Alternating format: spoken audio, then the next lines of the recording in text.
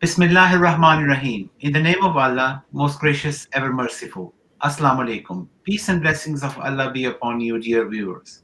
Welcome to tonight's lecture organized by UK Talim Department. As per our tradition, we will start the program with a recitation of the Holy Quran.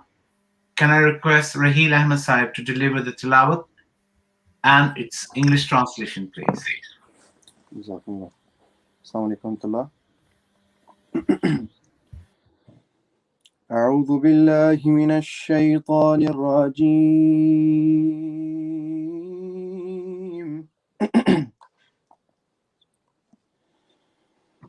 بسم الله الرحمن الرحيم.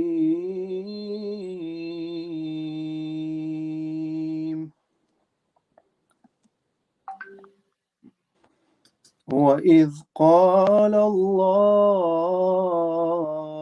يا عيسى ابن مريم أأنت قلت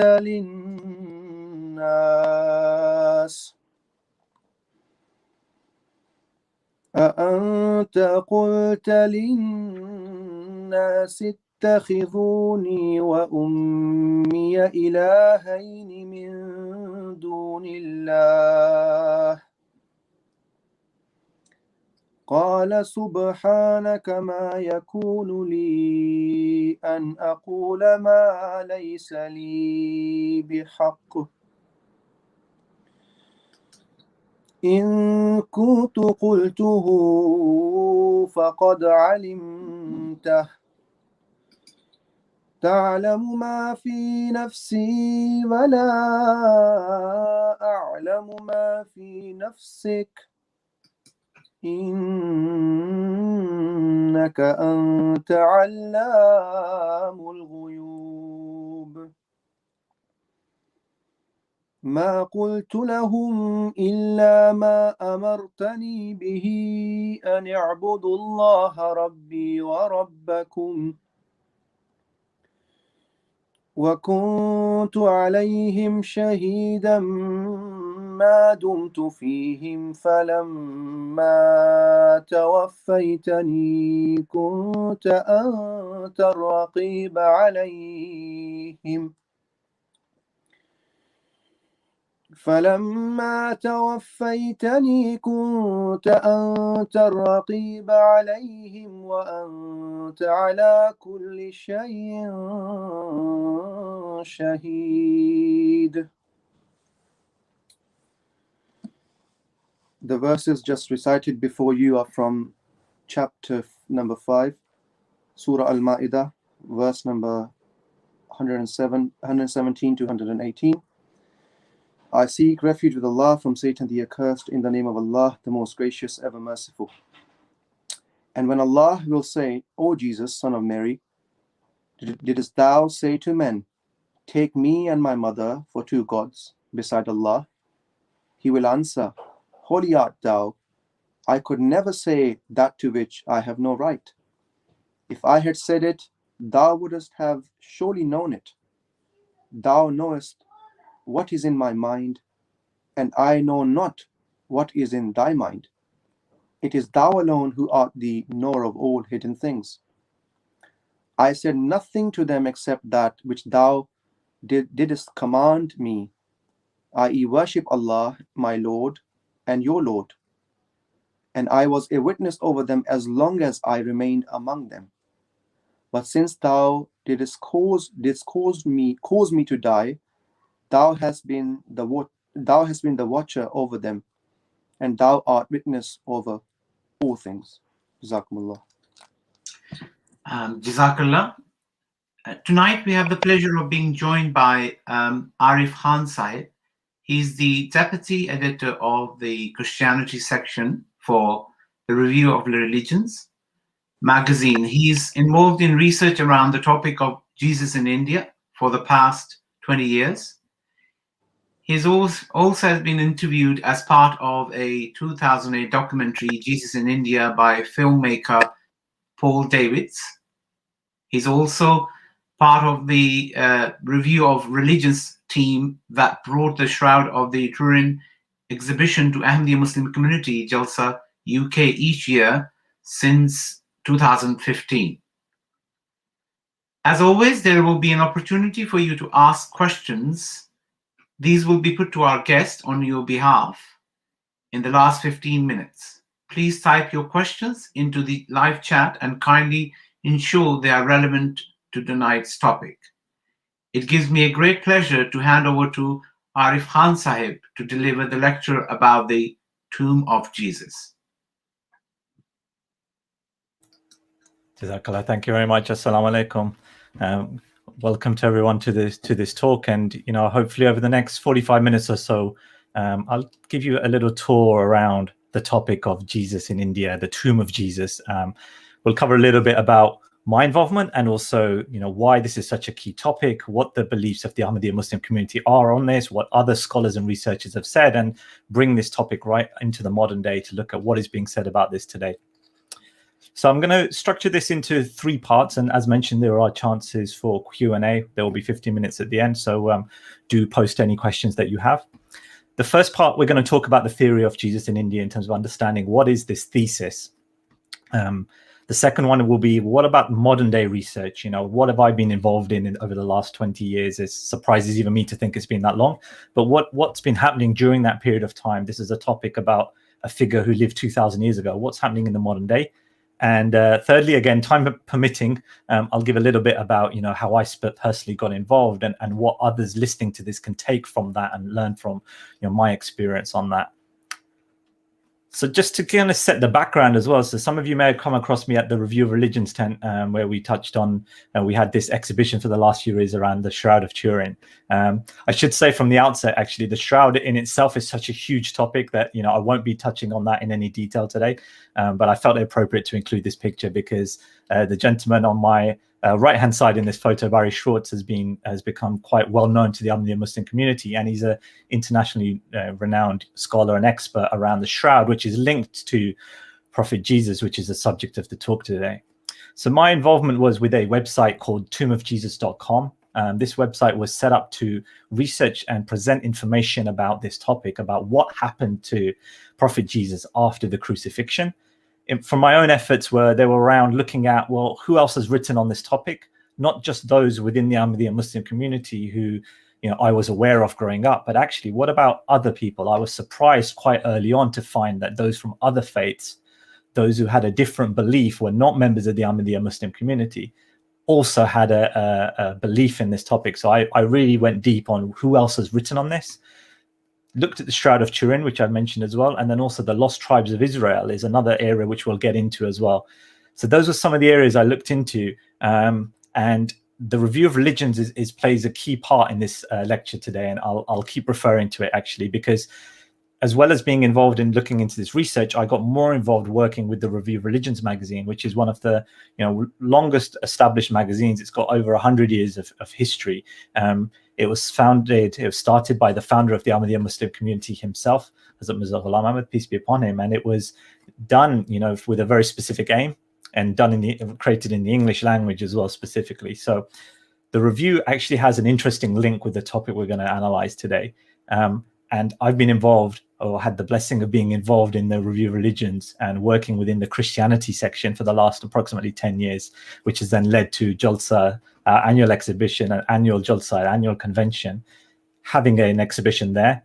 And unfortunately, due to coronavirus, we weren't able to have an annual convention last year. But if we had done, the plans were to focus it more around actually this topic of Jesus in India, the tomb of Jesus as well.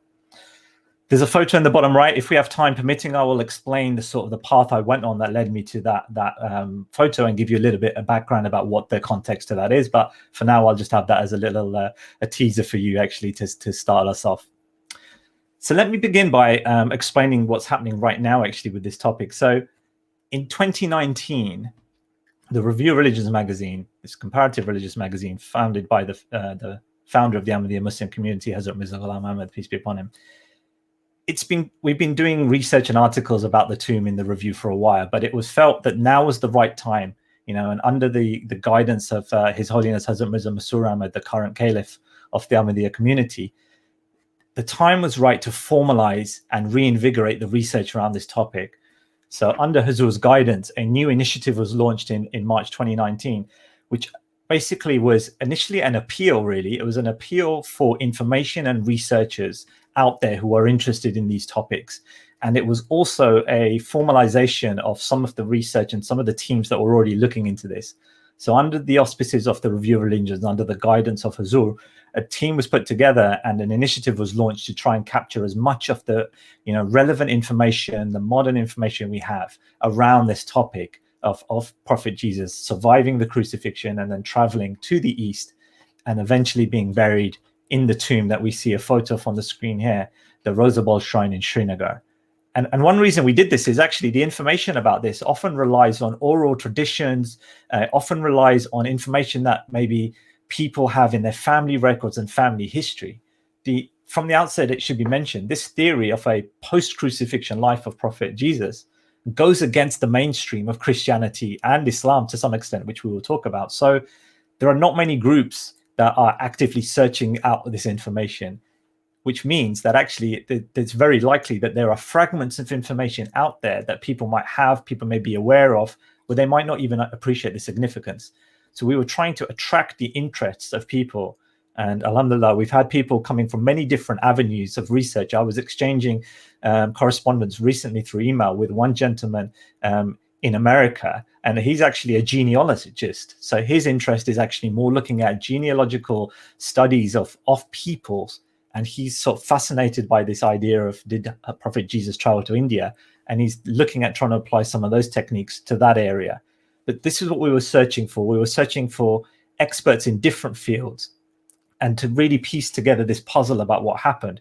It is a multidisciplinary team, as mentioned in our sort of advert. It's a multidisciplinary team that we require. So people in the field of medicine, because the debate about whether Prophet Jesus survived the crucifixion or not is a medical thing.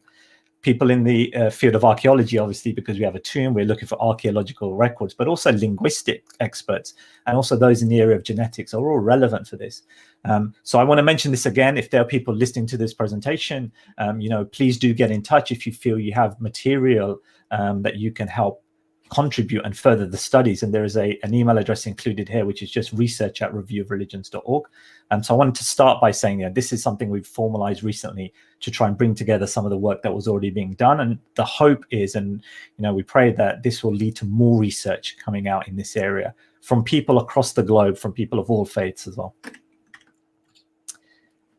So to start with, really, is to understand and sort of start to piece together this theory, we need to understand what happened at the crucifixion. So I'll start with the Islamic angle and the Islamic belief on this. And it really centers around the interpretation of the chapter 4, verse 158, Surah Al-Nisa, verse 158. And it talks about, as you can see here, it's saying that, and I'll quote it here, it's saying, and they're saying, so this is saying the Jews claim this, that we did kill the Messiah, Jesus, son of Mary, the messenger of Allah, whereas they slew him not, nor crucified him, but he was made to appear to them like one crucified.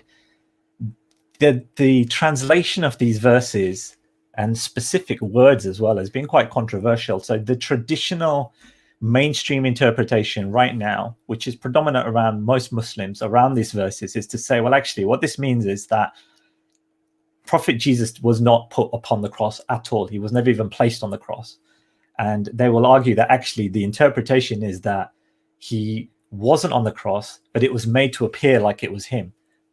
Also known as a substitution theory, that someone else was put on the cross in his place. However, when you analyze the actual Arabic terms here, that is not, what is in line with what we're seeing here. So, for example, so in terms of things like, was he crucified or not? Well, what does the term crucified mean? It doesn't mean the actual act of placing someone on the cross. If you were to crucify them, it would be bringing about death through crucifixion. So an example that we used to hear from the fourth caliph of the Ahmadiyya Muslim community, Hazrat Mirza Tahir Ahmad Rahmatullah alayhi, he would say that if you take the phrase drowned, if someone drowns, it means they were in the sea and they actually drowned and died there. Whereas if someone was in the sea for a while, but then you pull them out, the word drowned wouldn't apply. So similarly, by saying he was not crucified, it means it was not, the crucifixion, the act of trying to kill someone through crucifixion was not completed in the case of Prophet Jesus, and he was saved. And so then when you were talking about the next verse, when saying this is how it was made to appear, this is what was made to appear to them, the more accurate translation is that it was made to appear that he had died, where in fact he had not died and he had survived. And this is the real crux of this, of where the story begins for us, if you like. For many people, the crucifixion is almost the end of the story, or close to the end. But interestingly, for the story today that we're talking about, this is the start, actually, because if Prophet Jesus, peace be upon him, survived that crucifixion as a human being, then there is a logical question, which is, well, what happened next? And that's what we'll come on to next in terms of the next piece of the puzzle. But ultimately, and this was quoted in the verses that we heard even earlier, earlier at the start of the event with Rahil Sahib, where he did the recitation from the Holy Quran. The Holy Quran does say that Prophet Jesus passed away.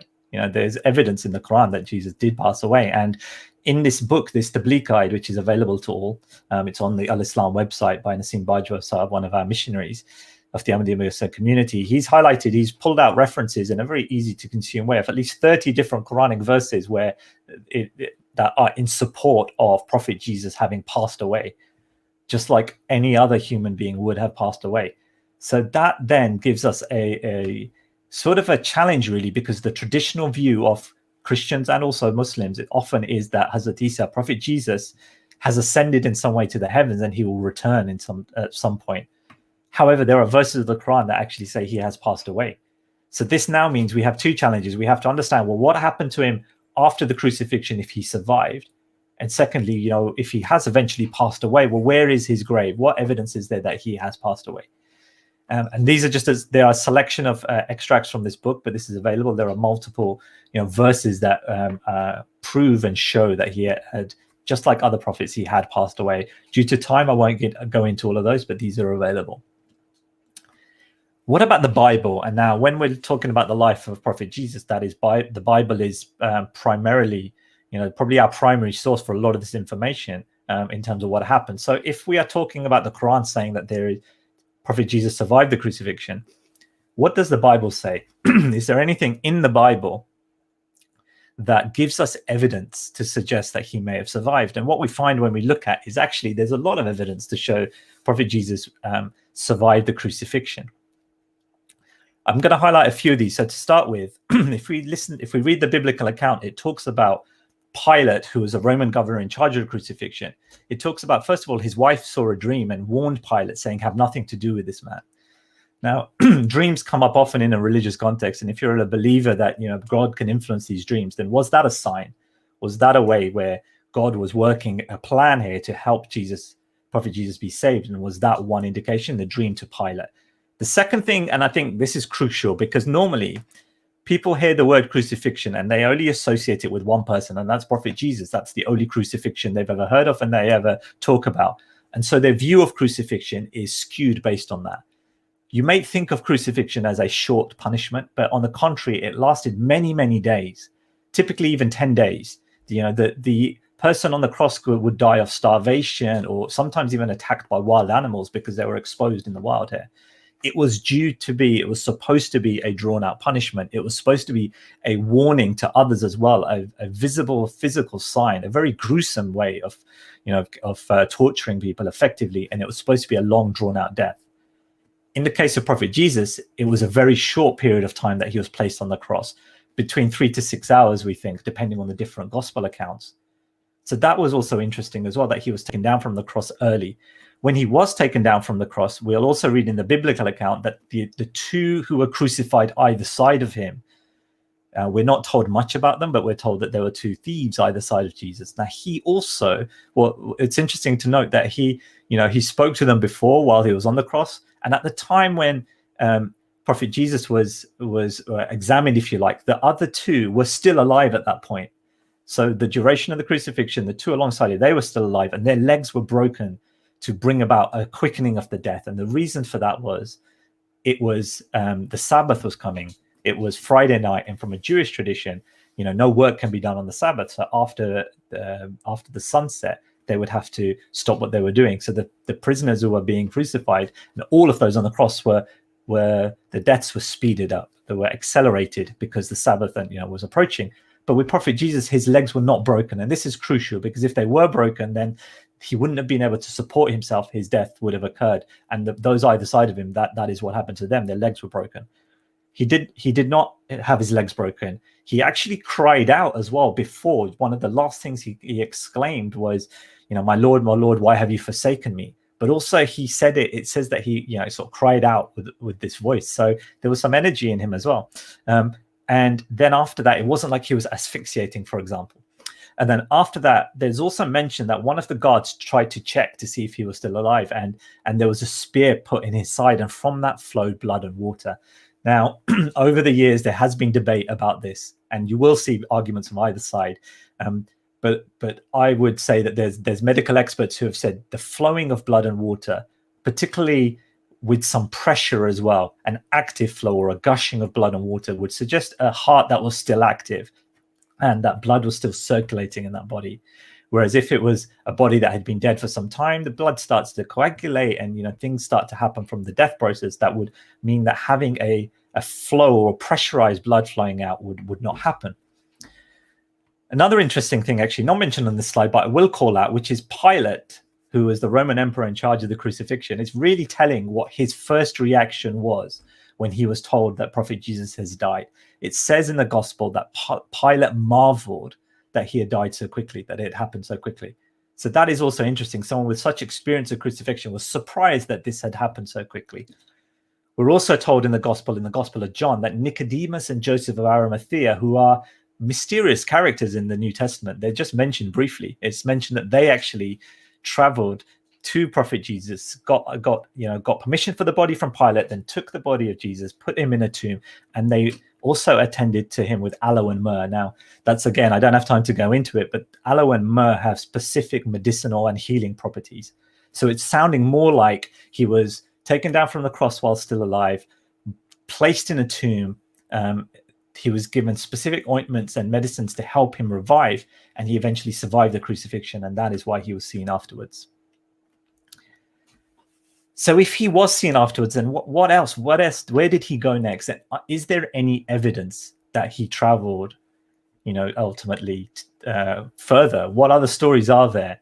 And what I will say, again, with shortage of time, I cannot go into all of the sources in detail, but I would summarize it as this. There are bits and pieces, fragments of information and clues really dotted around this map from the left-hand side in Israel all the way through to the right-hand side in modern-day Kashmir. And there are different elements that talk about Prophet Jesus in different parts of this on this map. So to start with, I'll talk about how we know that there was, Saint Paul is mentioned in the New Testament to have seen Jesus in a vision. Sometimes it says in a vision, and in other accounts in Acts, it talks about him actually having physically seen him and talked to him. So could that be a vision, or was that he actually seeing him? And where did he see him as well? Damascus is mentioned. Then there are other traditions, and now we start getting outside the gospel text, and we're looking to some kind of Islamic type era documents which talk about the travels of Prophet Jesus post-crucifixion. Now, again, there is no document that I have come across that mentions, that can be definitely dated to the year, say the 2nd century, that says Prophet Jesus was in this area. We have lots of little fragments. We have oral traditions. We have documents that have a more recent dating, 14th, 15th century documents that talk about a figure of Hazrat Isa or Jesus traveling or being known as a traveler. There's mention of him in modern day Iran. There is a story of a group in in Herat in Afghanistan, in these areas, that talk about traditions that their forefathers had told them, that there was this prophet, he had journeyed across to the east, he had come to this area, and he said he was the same Jesus from Israel, a prophet that had journeyed here. So there are these kind of hints and clues. And what's interesting and what makes this research, why I've been involved in so long, is that more needs to be done here. We need to dig and unearth more of these. There is a feeling that there is more evidence out there if we look deeper and we actually actively search for this. Again, there are not many people looking for post-crucifixion evidence of Hazrat Isa or Jesus, because the orthodoxy of Christianity and Islam, basically says that he he ascended to heaven. If you are maybe, say, an atheist, you probably even stop at the crucifixion. You don't believe that he resurrected in some way. And so, there is very few people trying to piece this evidence together. And that, I think, is one of the main reasons that we do not have more of these traditions as well, emanating from these sources. When we get to Kashmir, there is also, there are multiple sources that talk about that particular area and also that particular tomb, which we'll come to in a minute, that we believe is the tomb of Prophet Jesus in Srinagar in Kashmir. One thing I will mention actually as well on that is there's a verse in the Quran as well, Surah Al-Mu'minun, which verse 51, which mentions a description of what happened to Prophet Jesus and Prophet Mary. And it says in that verse that we made the son of Mary and his mother a sign, and we gave them refuge on an elevated land of green valleys and springs of running water. Now, it's interesting that, in the area of Kashmir, and this is not definitive evidence to say this is the area, but it is interesting that Kashmir, in the area where we believe that tomb to be, where these traditions exist, very much matches that description of an elevated land, with green valleys and running waters. Many have described Kashmir as like a heaven on earth. So it is interesting. And this is another piece in the jigsaw that supports, the viewpoint that this is where Prophet Jesus and eventually went to. And interestingly, it mentions his mother Mary. There's also a tradition that she also went there. And even in modern day Pakistan today, there's a town called Muri, which is said to have got its name from the grave of Mother Mary, who is allegedly buried in that town as well. So that is fully in line with what the Quranic verse tells us. What does DNA have to do with this? Where does DNA come in? And why did I mention that at the start of the talk as well, in terms of the research for the review of religion? So there's two areas of where DNA comes in, one more controversial than the other. So I'll start with the first one, which is around those, like, why would Prophet Jesus travel to the East in the first place? Why go to India? One reason is to escape the Roman Empire. If it was the Romans who tried to execute him, the first view would be to escape their jurisdiction, and that would be the easiest, the quickest way to get out of that area would be to travel towards the East. At the time, the Roman Empire didn't extend beyond that area, so that going there would help you escape that. But the other is very interesting. So in the New Testament, Prophet Jesus has said in the Gospel of Matthew, chapter 15, verse 24, that I was sent only to the lost sheep of Israel. So it's worth explaining, what this means. So the Israelites, the Jews at the time, they were arranged into 12 tribes. And in the area that Prophet Jesus was, only 2 of the tribes remained in that area. The other 10 tribes had been scattered. We know in the Bible there was a king, King Nebuchadnezzar, who persecuted the Jews at the time. And as a result of that, they were exiled elsewhere. And this is one of history's real big mysteries, really, is what happened to those tribes? Where did they go? Who are those people today? And many different traditions exist in the modern day. What is interesting is now modern day research, because the Jews and the Israelites generally will always marry within their same religion and sect, it makes sense to be able to talk about a Jewish gene when you're doing DNA analysis. And there's research that's been done over the last few years, which has highlighted that actually the people in the East, Afghanistan, Pakistan, Kashmir, those areas, there are tribes. So firstly, there are people there who claim to be descendants of those lost tribes. But also now some DNA evidence has shown that actually they are linked in that way as well. And one of the members of the Review of Religions teams, Dr. Antul Carmichael Cyber, she actually published an article on this, and what she was looking at was there was some specific genetic peculiarities, characteristics to the Israelites, and by linking those with these same peculiarities to the people in Afghanistan and Kashmir, these other areas, we're able to show that actually there is evidence that they are linked to the same tribes. So why is that relevant? That's relevant because if Prophet Jesus' mission was to preach to the lost tribes of Israel, and only 2 of them were in that area, it would be his duty to actually go and preach to the rest of the tribes as well. So if they were scattered across the East, it would be part of his mission, the scope of his mission, to carry on traveling and preaching to those tribes. And that's exactly what we read in traditions. We read in some of these traditions of a prophet matching the description of Prophet Jesus, teaching in parables, for example. And we're told that the name that he had at the time was Yus Asaf, which we believe is a name that he went under whilst he was traveling across the East. And there are different pieces of evidence and different citations where Yusuf Asaf said that he was the same prophet, Prophet Jesus, that had originally taught, in Israel. So that's where DNA comes in, and we'll talk a little bit about the tomb in a second as well. So the link to the review of religions, I just briefly want to touch on to this, an interesting point, that actually the book Jesus in India, written by Hazrat Mirza Ghulam Ahmad, the founder of the Ahmadiyya Muslim community, peace be upon him, that text that is now we know as a book was actually first serialized in the Review of Religions. So when Hazrat Mirza Ghulam Ahmad, peace be upon him, made the claim to be the Messiah, God had told him that Prophet Jesus has died a natural death. You are the Messiah right now. He initiated some research at the time saying, well, let's find out if Prophet Jesus is buried, there must be a tomb. And it was that research that led to, this whole line of investigation, which led to this topic really being brought to light. And it was in the Review of Religions magazine, again, an interesting link where that was first mentioned. And this rather grainy picture is actually an original photo from one of the editions where it was actually mentioned, this, from 1900, where the book, as we now know it, was effectively serialized in the Review of Religions, explaining what that tomb was and explaining how it was linked to Prophet Jesus. So this is a tomb right now. Because of the modern day controversy around who's buried in this tomb, right now there are different signs that have been added. This red sign has been added over the last few years in terms of no photography being allowed.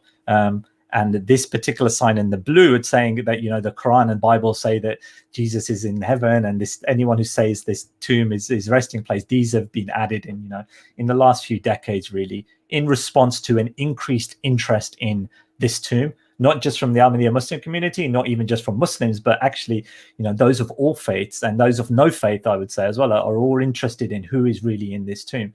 One thing that's fueled this as well is documentaries, which we'll get onto, but also the world famous Lonely Planet travel guide for India was updated about 10 years ago, and it mentioned in there that this tomb is supposedly the tomb of Prophet Jesus.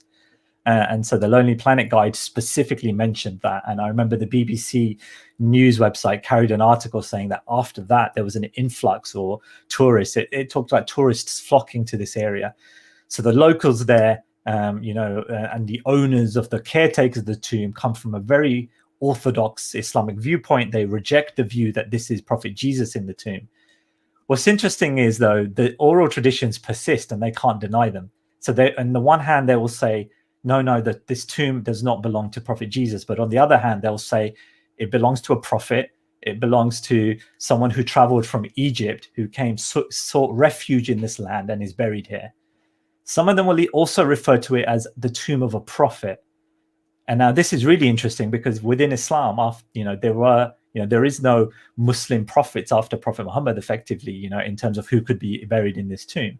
So on the one hand, these Muslims are saying, Prophet Muhammad, in terms of their words, was the final prophet. At the same time, they are talking about the inhabitant of this tomb being, a Muslim prophet. Well, who is that person? That doesn't fit with, there are contradictions in their account. And it feels like the oral traditions and what they've been taught about this from their ancestors is persisting, and some of that truth is remaining. But at the same time, they know that, they cannot accept this truth that this is Prophet Jesus. So they have a very convoluted and confused story really, in terms of who they believe to be in this tomb. You can see their reflections and their viewpoints on documentaries as well when you talk to locals and locals are interviewed. On the one hand, you will say people saying it's a revered, there is a prophet who's buried here. On the other hand, you will say that it's not Jesus. So it's interesting to see that. And at the same time, they will say it's a prophet who traveled from Egypt, which is very much in line with the story we know of Prophet Jesus from the Bible, because there was a time when Joseph and Jesus and Mary did spend some time in Egypt as well. So what links this tomb? What else physically, links the tomb? And through shortage of time, I'm just going to pick up on two things that link the tomb that I think I wanted to highlight. Number one are these feet carvings, which are placed in the vicinity of the actual tomb. So there's nothing unusual or unique about feet carvings in India. They are everywhere.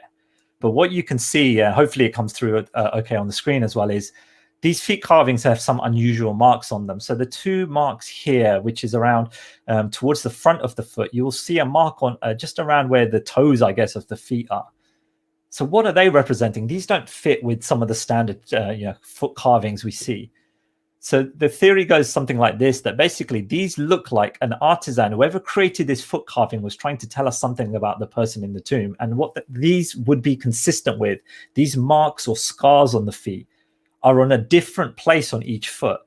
So what would have caused them? Well, one thing that may have caused them, and again, we're speculating, is if this person had actually undergone crucifixion and had survived, they would have some kind of scars from that ordeal. And what's even more interesting is the position of the scars don't align. One is further up than the other. But if the crucifixion took place in the way where one foot was placed upon the other and a single nail was driven through, then this would align, which would match, what we, how we think Prophet Jesus was crucified. Now, we don't have enough information to know how was Prophet Jesus crucified. There's very little archaeological evidence of people who have been crucified. One piece of evidence we do have of a skeleton, actually they were nailed through the heels instead. So there are some open questions still, but this is a really exciting piece of evidence because it suggests that whoever made this carving, and we don't know the date of it and when it was created, but it suggests that they're suggesting to us that there is something about this person's feet that were unusual, that required or that justified creating this. The other piece of evidence is around the tomb's direction that I want to highlight. So here's a book written by Andreas Faber-Kaiser, a student of comparative religion in the late 70s. He describes this, and I'll summarize what he said here. I've got the longer quote here. He said basically that it's a dual burial site. There are two people buried there. One is a Muslim saint, Sayyid Naziruddin, and the other is this figure known as Yus Asaf. And he said, when you look at the location, the direction of the tomb, at the surface level, they both appear to be facing north-south, which is more in the Islamic tradition. However, the actual graves are below the ground. And what he said, and other researchers and even archaeologists and researchers have verified, is that the tomb underground, one tomb is facing the complete 90-degree opposite to the other. So the grave of Sayyid Naziruddin, who is a 15th century saint, we know about him, he's very much in the Islamic direction of north-south. But the tomb of Yus Asaf is in an east-west facing direction. Now that is the direction in terms of which the Jews or the Israelites would bury their people. So this is really interesting, because if this is actually a Jewish tomb, and it's buried in the direction of east-west facing, well, that really, shows that it cannot be some kind of Muslim, prophet, which didn't make sense anyway. It shows that the story that we're hearing from the owners of the tomb today, there's a discrepancy, because this is in an east-west direction. So again, those are two key pieces of evidence to highlight. One, the foot carvings, and secondly, the direction of the tomb. Now, one thing I want to just touch on, because I know sometimes when people research on the internet as well about Jesus in India, they might get a slightly different take on it. And that is, there is also a period of Prophet Jesus's life where we don't know much about him, between the years 12 and 30. So 18 years unaccounted for. And interestingly, around 1830, there was a text discovered by the gentleman in this photo, Nicholas Notovich, that he found in the Himalayas that spoke about Prophet Jesus having been in India during this period of time. And what I want to highlight to people is that, Notovich was criticized about, everything about him was criticized. But what is interesting is that the evidence that's come out more recently as well supports the view that he did exist. He did really go to these places. He actually did see these scrolls, and others have also gone and translated and seen these scrolls as well. So it sounds like there is at least a document that does talk about Prophet Jesus in that part of the world. So there are people who have tried to suggest that maybe this means that Prophet Jesus did grow up in the East, learned the Eastern traditions, and that was where he, that is where he learned his teaching. So I want to highlight that in the book Jesus in India by Hazrat Mirza Ghulam Ahmad, the Promised Messiah, the founder of the Ahmadiyya Muslim community, he mentions this book. First of all, he said, I have a book written by a European in my own collection, a Russian, speaking about this. But what he highlighted was that actually there would have been no need for Prophet Jesus to have traveled to India, as a youngster or as a child or as he was growing up. And actually, it's that post-crucifixion, when he needed to continue his mission, that he would have gone there. But also he highlights that if you see similarities, as some do, between the teachings of Buddhism and some of Prophet Jesus's teachings, well, one way is saying, okay, maybe Prophet Jesus, was influenced by the teachings of Buddhism. But why could it not be the other way around? Why could it not be that Prophet Jesus actually, once he traveled to India, his teaching spread widely, and they actually influenced some of the teachings of modern day or Buddhism and how it was formed today. One scholar, German scholar, even believes that Prophet Jesus was actually part of one of the Buddhist councils that took place around about this time in India as well. So it opens up an intriguing possibility of how maybe his teachings influenced Buddhism. But I want to mention this because you may find, when you look online, etc., you may find talk of Jesus in India, but no mention of the tomb. And this is why. It's because many people, and documentaries as well, have focused on this gap. And one reason why they focused on this is because this is also less controversial about Prophet Jesus traveling to India. So if he traveled to India before the crucifixion and spent time there and learned, then that might change Christianity and Orthodox beliefs, but not massively. But if he traveled afterwards and is buried there, that's a much bigger story. So you'll find that there may be nowadays more books, or maybe equally as many books, that talk more about this side of the theory as well. So I just wanted to kind of shed some light on that in case people had questions on that. Okay, I'm conscious of time as well. So firstly, I want to mention as well, in terms of what's happening now, modern day scholarship. So in the Islamic world, I'm seeing some people start to revisit these verses and open up a little bit. I haven't come across many Muslims that accept the tomb in Kashmir to be the tomb of Jesus, unless they are a member of the Ahmadiyya Muslim community.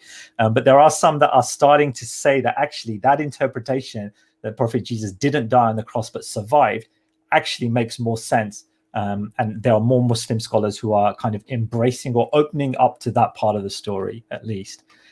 There are also many, many books on this topic as well. So it's not just Western authors. So Holger Kirsten, for example, a German author, more from a Buddhist background. Dr. Fida Hasnain did amazing work around this tomb. He actually lived in Kashmir. He described himself more as a Sufi. He was also interested in this.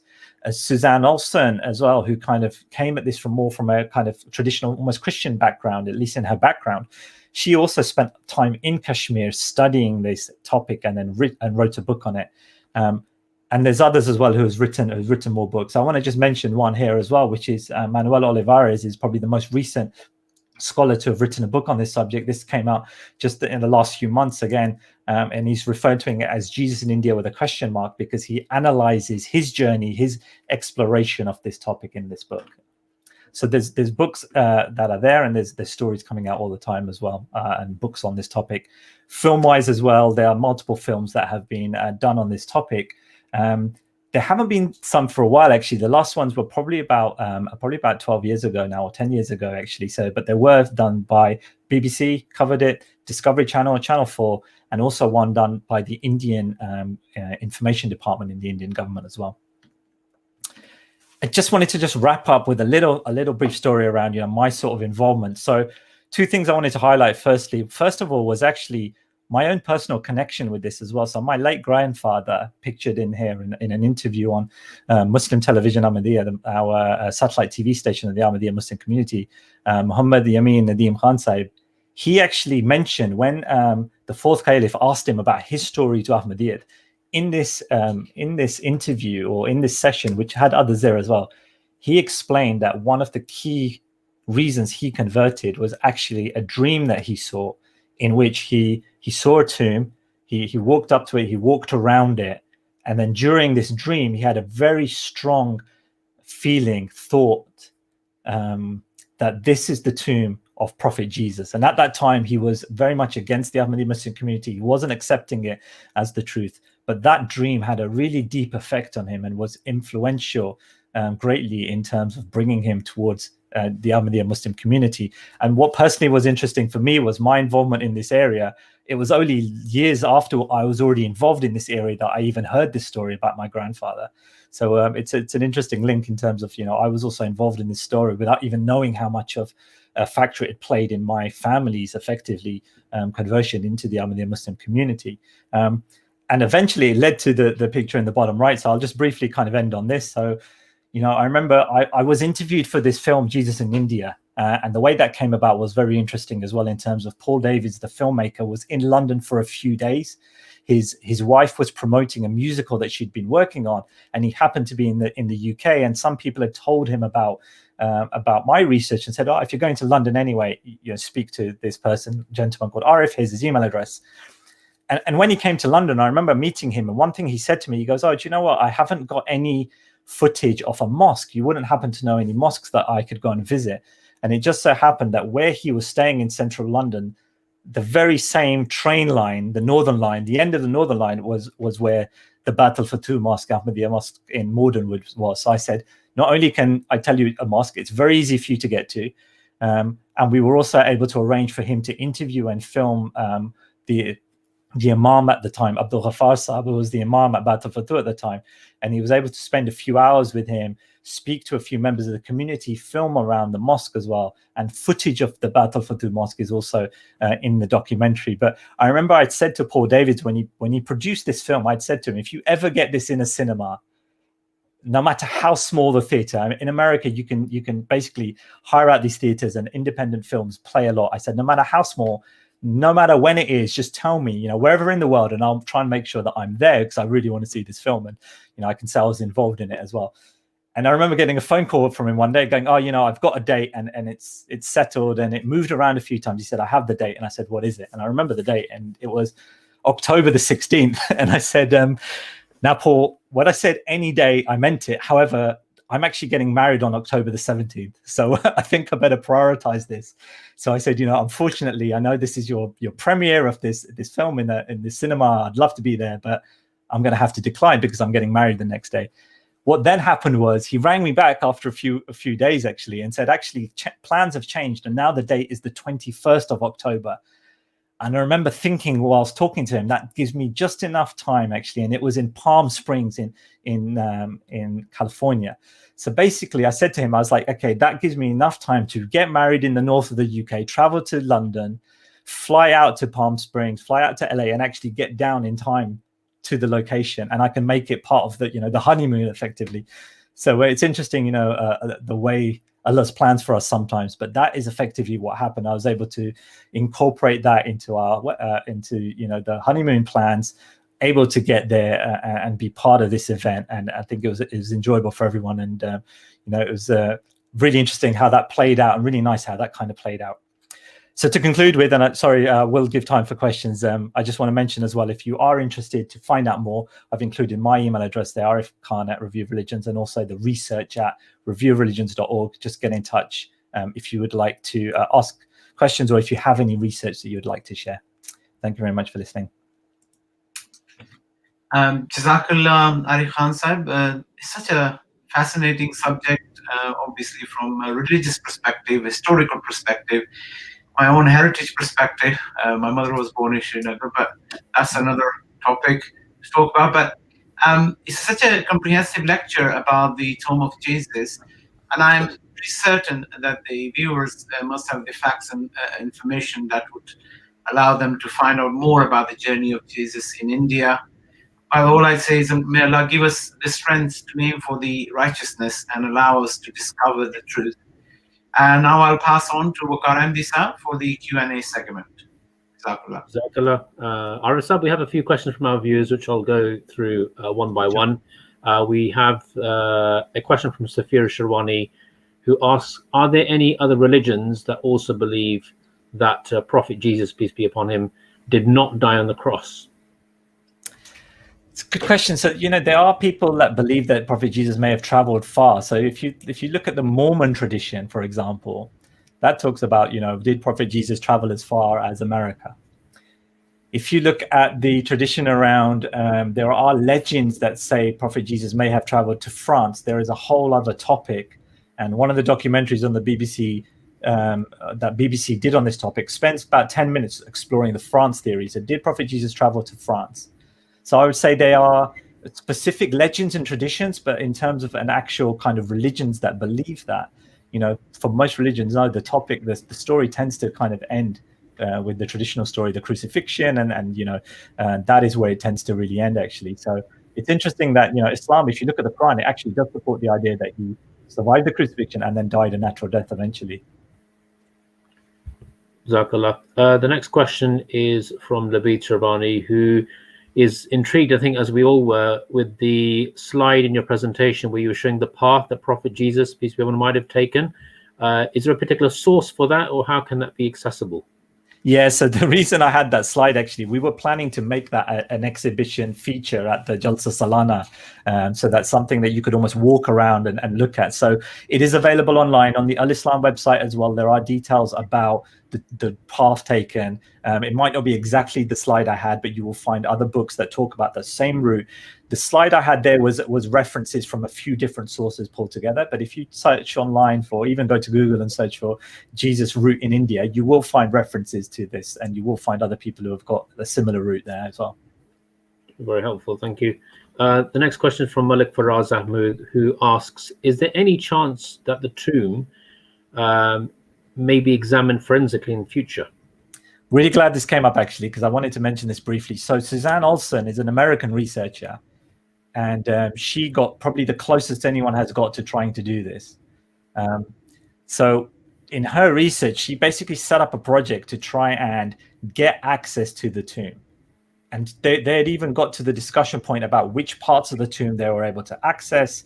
They were talking about, which part of, if there's a body down there, which part would they be able to, take a sample from, etc.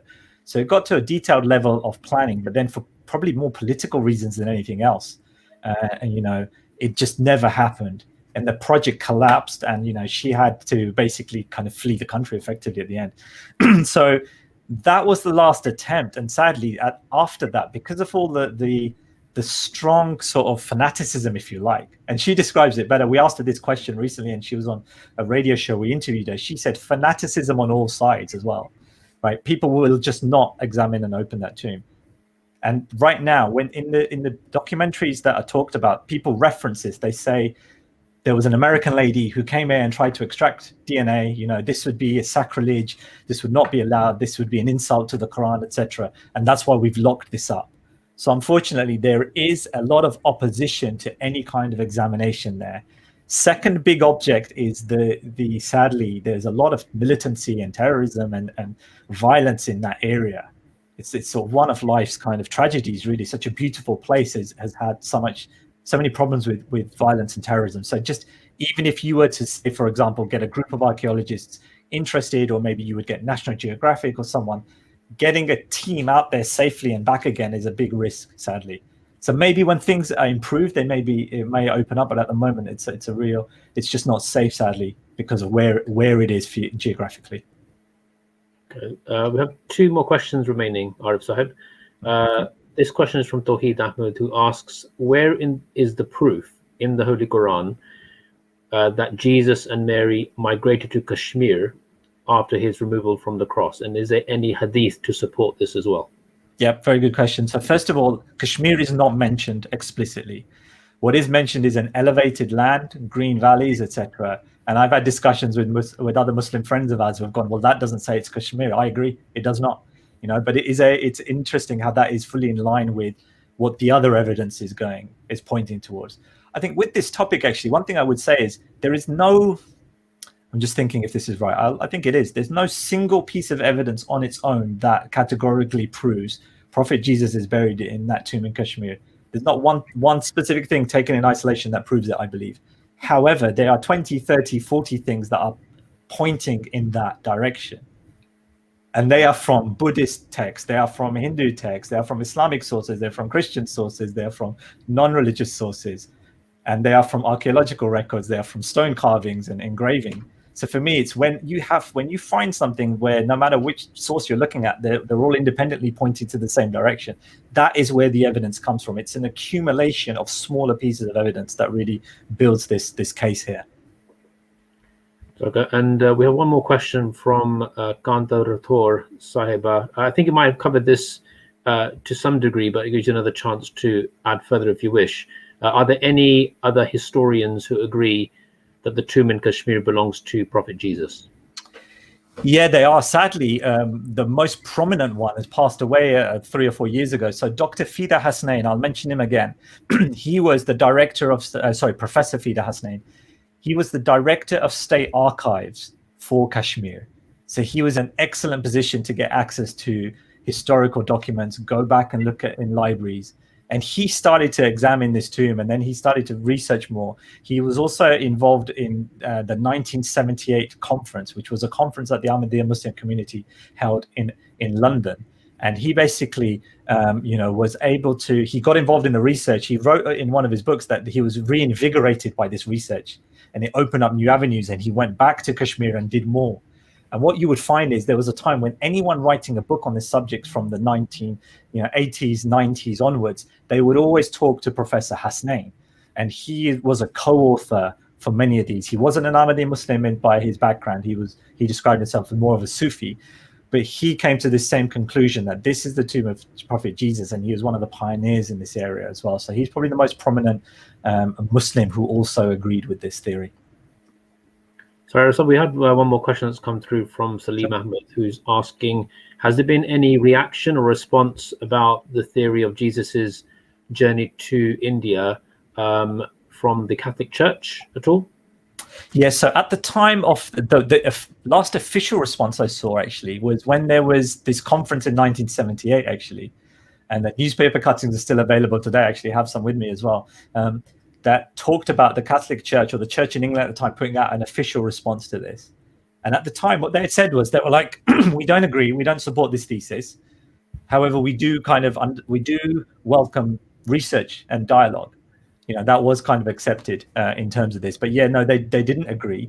And I have come across at least one book by a Christian expert that is a sort of a response to or refutation or rebuttal to this topic.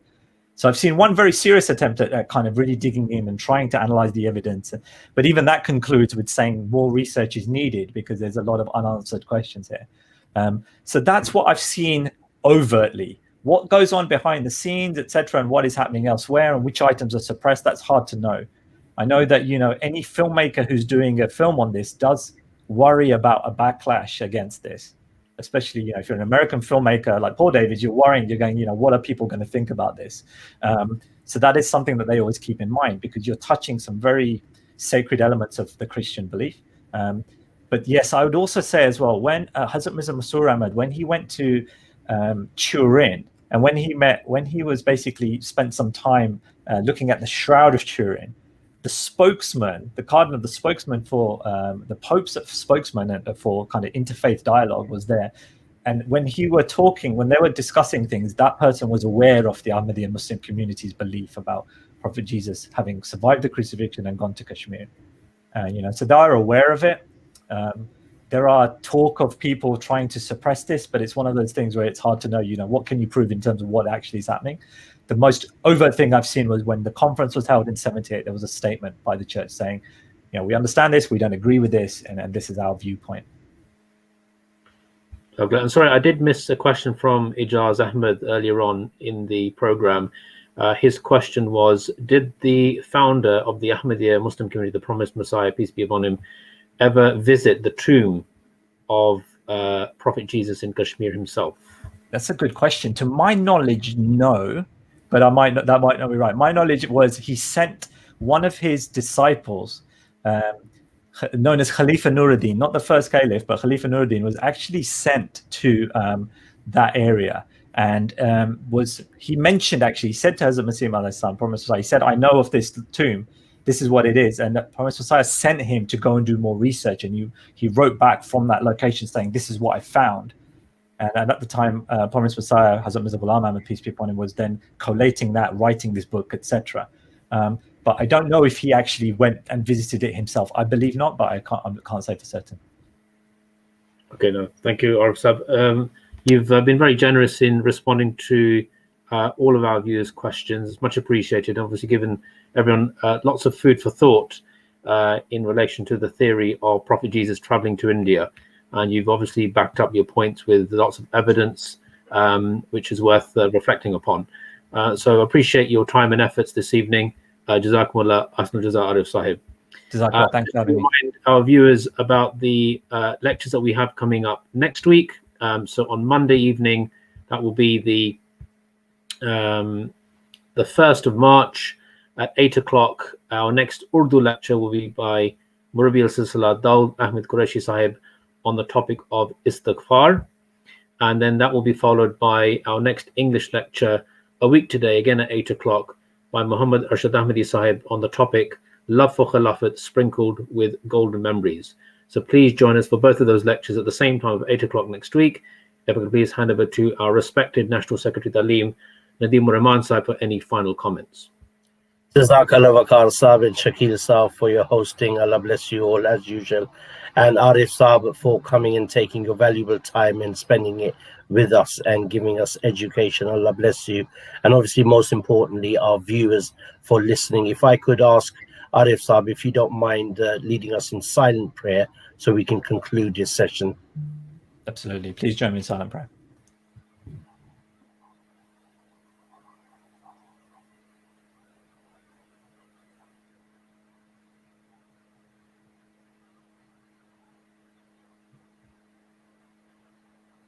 Ameen. Ameen. Jazakallah. Assalamu alaikum wa rahmatullahi wa barakatuh.